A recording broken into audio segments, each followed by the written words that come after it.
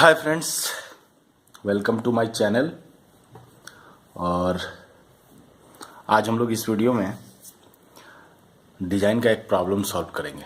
एक बीम को डिज़ाइन करेंगे वर्किंग स्ट्रेस मेथड से, और हम देखेंगे कि बीम को डिज़ाइन करने के लिए कौन कौन सी चीज़ों का ध्यान रखना पड़ता है। ये प्रॉब्लम काफ़ी इम्पोर्टेंट है, और जब हम लोग ये प्रॉब्लम सॉल्व कर लेंगे तब मैं आपको बताऊंगा कि ये प्रॉब्लम मैंने कहाँ से लिया है। तो चलिए सबसे पहले समझते हैं कि प्रॉब्लम क्या है।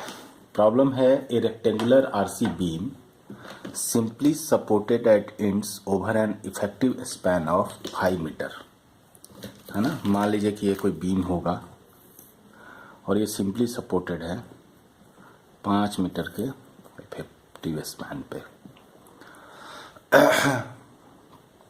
Carries A UDL of 2000 kg पर मीटर। ये यूडीएल इस पे लग रहा है 2000 kg पर मीटर, ठीक है, इंक्लूडिंग इट्स ऑन वेट। ये जो यूडीएल है इसमें इसका सेल्फ वेट इंक्लूडेड है। ये क्वेश्चन में ऑलरेडी दिया हुआ है, तो हमें सेल्फ वेट की कैलकुलेशन करने की जरूरत नहीं है। If sigma CBC is equal to 70 kg per cm square, तो ये भी दिया हुआ है सिग्मा सीबीसी, यहाँ लिखता हूँ sigma CBC is equal to 70 kg per cm square. Okay, उसका दिया है design the beam section for flexure only. Flexure मतलब सिर्फ मूवमेंट के लिए, नॉट फॉर शेयर, क्योंकि प्रैक्टिकली तो हमें शेयर के लिए, टॉर्सन के लिए, सबके लिए डिजाइन करना चाहिए अगर हम रियल में कोई बीम डिजाइन कर रहे हैं जिसको हमें कंस्ट्रक्ट करना है। बट ये क्वेश्चन जो है आपके काम को आसान कर रहा है, और ये बोल रहा है कि ओनली फॉर फ्लेक्चर। अगर ये बोलता है कि सिर्फ बीम डिजाइन कीजिए, देन आपको एवरी एस्पेक्ट के बारे में सोचना पड़ता। ये बीम ने कहा है कि आप केवल फ्रैक्चर के लिए करिए, तो थोड़ा सा काम आपका आसान हो जाता है।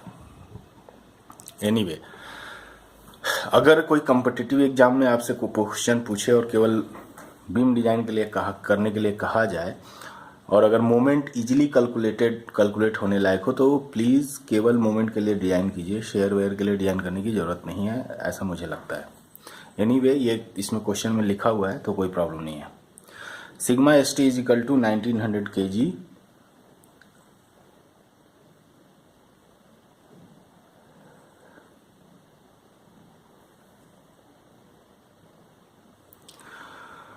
तो सिग्मा एस टी का वैल्यू जो है क्वेश्चन में दिया हुआ है वो है 1900 kg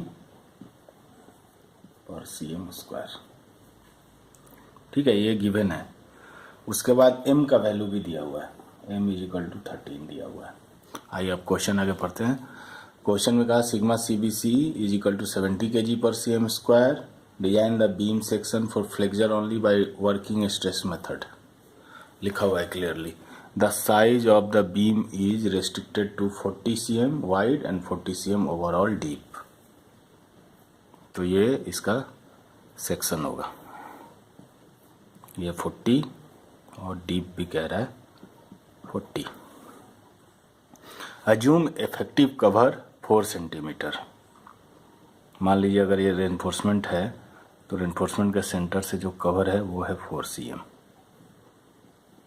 तो इफेक्टिव डेप्थ कितना हो जाएगा, डी जिसको कहते हैं total depth 40 minus 4 equal to 36 cm। 40 cm wide, overall deep. Assume effective cover 4 cm. Stress in compression reinforcement. Stress in compression reinforcement, if needed, may be taken as 1.5 m times the stress in surrounding concrete. अब ये कह रहा है, क्या कह रहा है कि ये m तो है फॉर टेंशन, और कह रहा है m is equal to 13 into 1.5 for compression.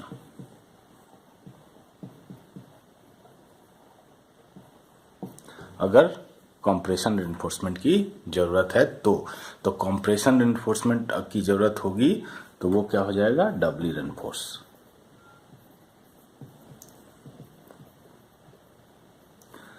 Dabali reinforced होगा तो कॉम्प्रेशन रेनफोर्समेंट की ज़रूरत है।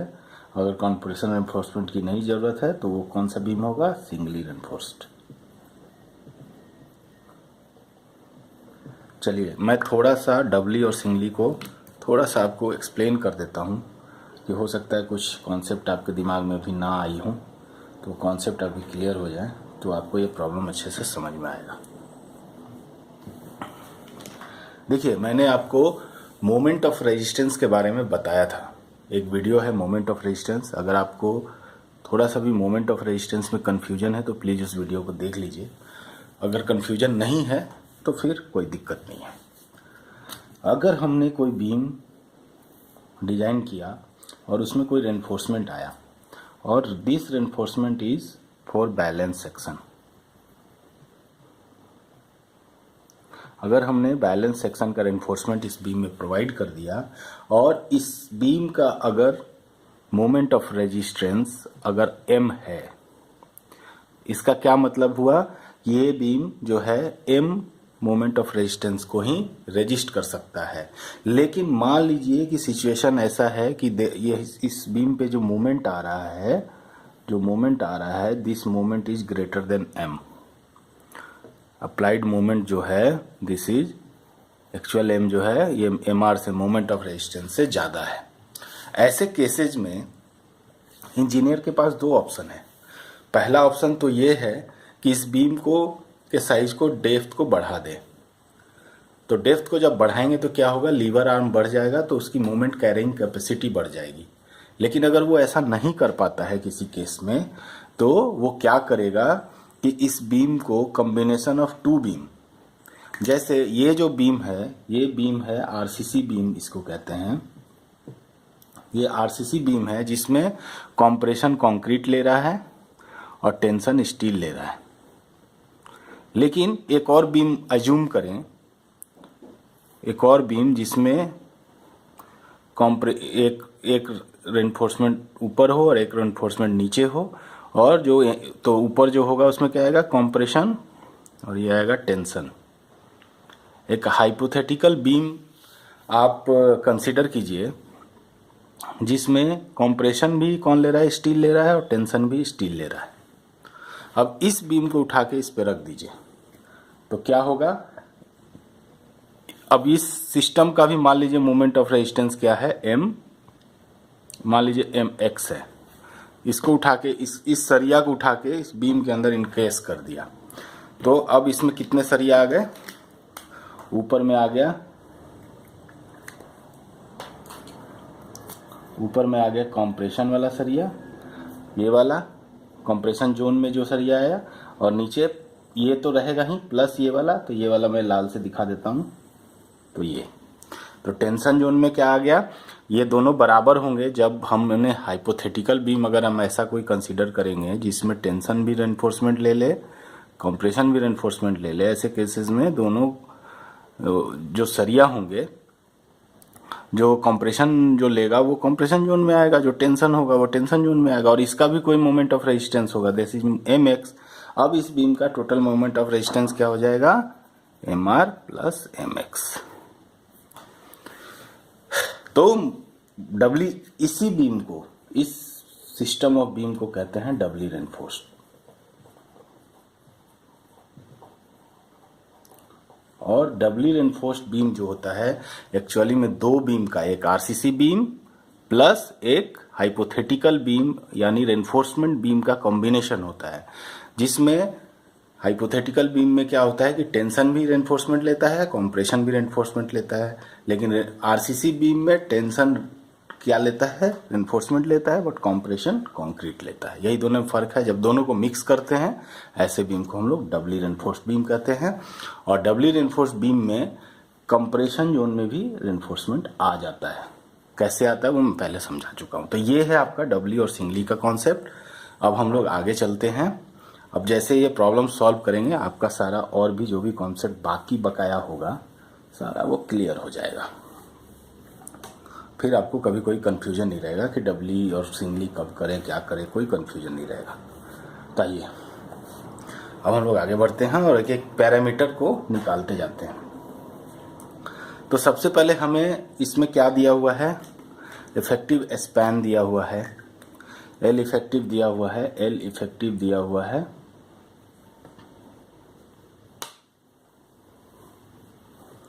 एल इफेक्टिव दिया हुआ है 5 मीटर, ठीक है। डब्लू दिया हुआ है 2000 kg, 2000 kg पर मीटर बराबर 20 किलो न्यूटन पर मीटर, ठीक है। यूनिट कन्वर्सन कर लीजिएगा आप, ज़रूरत होगी तो कमेंट कीजिएगा, मैं अलग से वीडियो बना दूंगा यूनिट कन्वर्सन का, ठीक है। तो इसमें मैक्सिमम मोमेंट कहाँ आएगा, सेंटर में आएगा, और मोमेंट क्या हो जाएगा, एम हो जाएगा WL²/8 होता है सेंटर पे मोमेंट सिंपली सपोर्टेड बीम का। तो W हो गया यहाँ 20, L है 5 का स्क्वायर डिवाइडेड बाई 8, तो ये हो जाएगा आपका 62.5 किलो न्यूटन मीटर। तो यहाँ मोमेंट आ गया M, इसको कहते हैं bending moment, and this is equal to 62.5 kilo newton metre.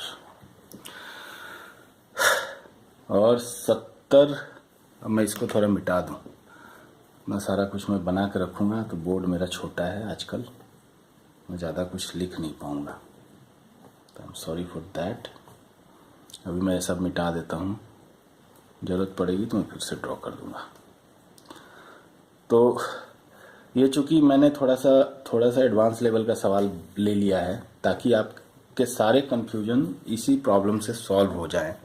मैंने बहुत ही डिटेल में आरसीसी के थ्योरीज पढ़ाए थे, तो अगर कहीं आपको थ्योरी में प्रॉब्लम है कुछ कॉन्सेप्ट में, तो प्लीज़ वो सब वीडियो, पीछे के सारे वीडियो देखते रहिए, तो आपके सारे क्वेश्चन और दिमाग का जो भी है वो सब कुछ दूर होता रहेगा।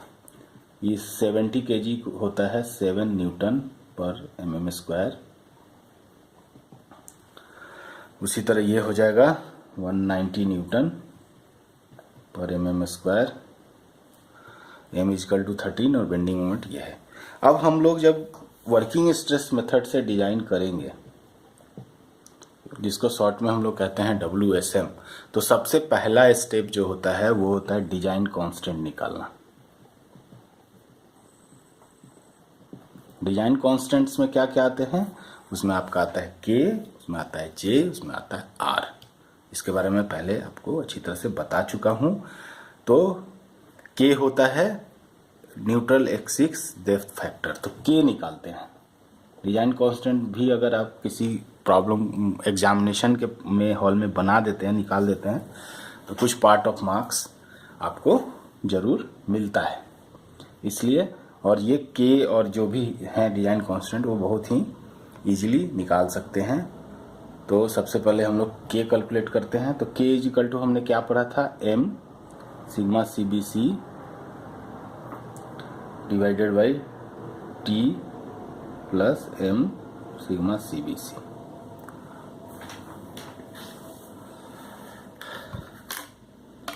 तो इसको अगर हम लोग खोल के लिखें तो 13 इंटू 7 डिवाइड बाई T है 19, 190 plus 13 into 7।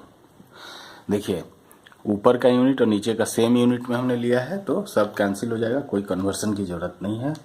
13 into 7 divided by 190 plus 13 into 7 bracket close, this is equal to 0.323। तो ये हो जाएगा 0.3238। ये देख लीजिए, ये आता है, तो ये हमने निकाल लिया। अब J निकालते हैं। J क्या कहते हैं, J होता है लीवर आर्म फैक्टर। तो लीवर आर्म फैक्टर क्या होता है, 1 minus 1/3K, and this is equal to 1 minus 1/3 into 0.3238। और ये अगर हम सॉल्व करें तो ये आ जाएगा 0.8920। तो ये हमारा लीवर आर्म फैक्टर हो गया। और उसके बाद हम निकालते हैं are.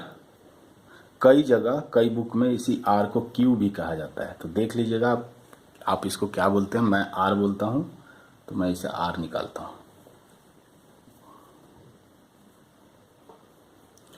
Are is equal to होता है half sigma C B C J and K. ये फॉर्मूला होता है। ये सारे फॉर्मूला आपको याद होने चाहिए, और आप सिविल इंजीनियर हैं तो ये फॉर्मूला, ये 3-4 फार्मूले जो हैं कंठस्थ कर लीजिए, क्योंकि अगर ये सारे फार्मूले अगर आपको नहीं आएंगे तो ये अच्छी बात नहीं है।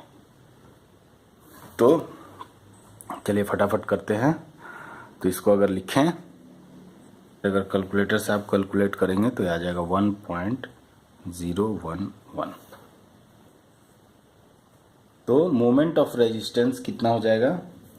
Moment of resistance of balance section.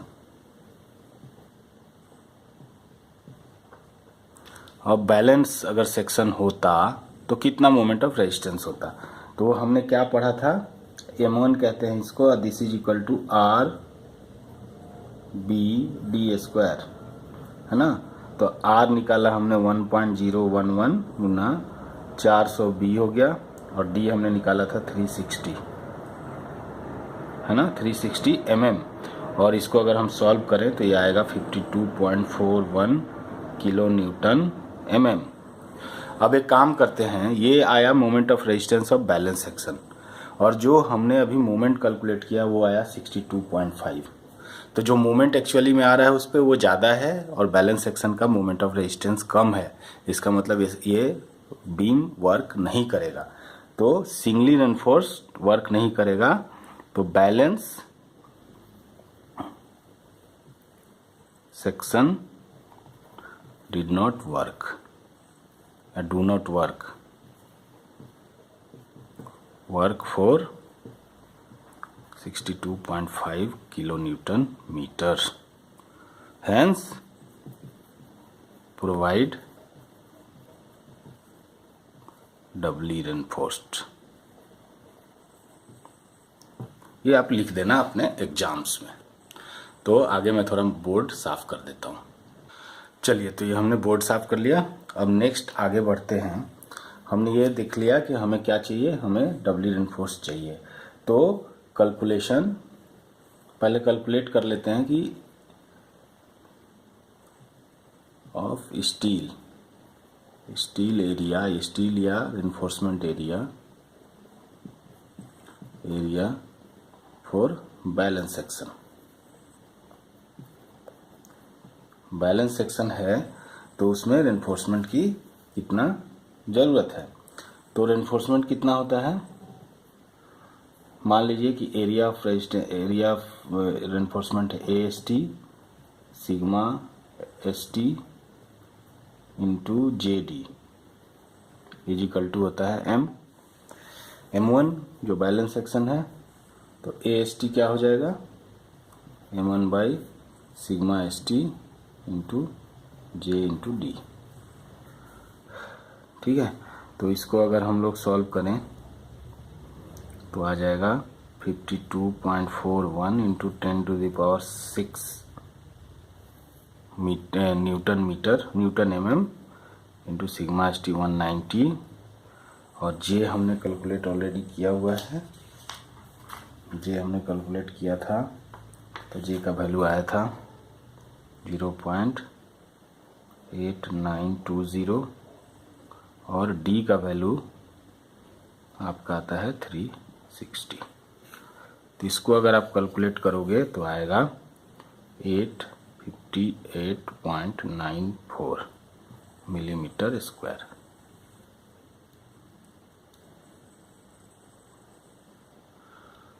तो चलिए, तो ये स्टील हमने लिख दिया, AST1 कहते हैं इसको, और this is equal to 858.94 mm square. ये हमने कैलकुलेट करके इधर लिख लिया। अब आगे बढ़ते हैं। अब सबसे पहले निकालते हैं कि कितना मोमेंट एक्स्ट्रा है बैलेंस सेक्शन के। तो moment for which compression reinforcement required. ठीक है, तो एक्स्ट्रा जो होगा उसके लिए भी कंप्रेशन रेनफोर्समेंट चाहिए। तो एक्स्ट्रा कितना है? एक्स्ट्रा है this is equal to M जो दिया हुआ है, बेंडिंग मोमेंट जो आ रहा है हमारा, bending moment minus moment of resistance जो हमने निकाला तो आता है 62.5 और माइनस मोमेंट ऑफ रेजिस्टेंस हमने कितना निकाला था, वो निकाला था अपना 52.41। तो इसको अगर माइनस कर देंगे तो वो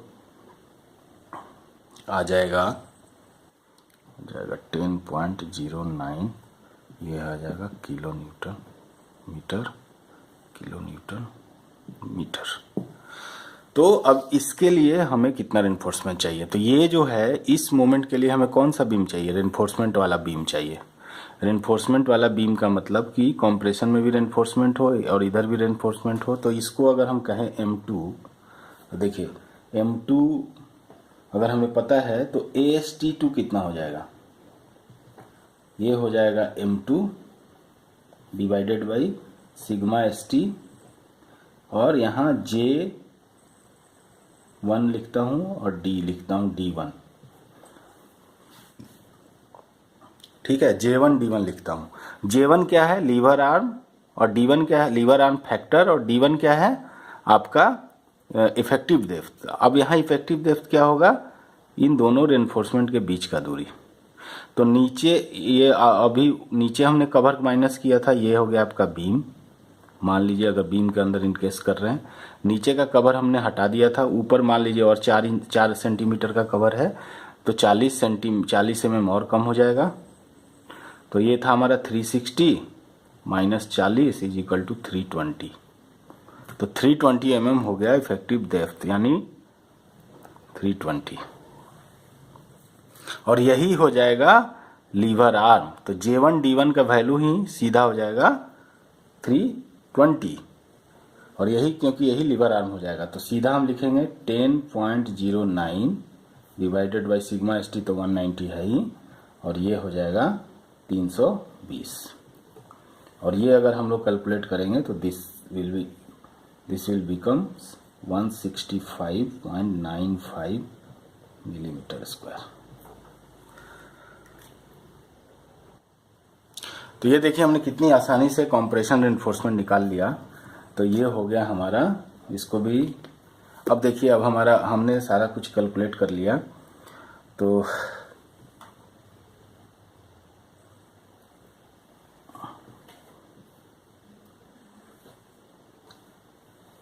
अब हमें ये हमने निकाल लिया एरिया ऑफ टेंशन रेनफोर्समेंट। अब हमें एरिया ऑफ कॉम्प्रेशन रेनफोर्समेंट भी निकालना है। तो अभी लिख लेते हैं AST कितना हो जाएगा tension reinforcement, this will equal to AST1 plus AST2, और ये हो जाएगा आपका 858.94 plus 165.95 is equal to 1024.89 millimetre square. तो हम लोग area of compression reinforcement calculate करते हैं, तो उसको लिखते हैं अगर हम ASC, तो उसका फॉर्मूला एक होता है, आप याद कर लीजिए M। ये कैसे आया इसके बारे में मैं वीडियो बनाऊंगा, तो आप उसमें देख लीजिएगा। MD minus XA divided by 1.5 M है modular ratio 1 into XA minus DC, ये कवर है DC in the compression side, into AST2। तो ये हो जाता है आपका 13 into 360 minus 116.57 divide by 1.5 to 13 minus 1 तो 116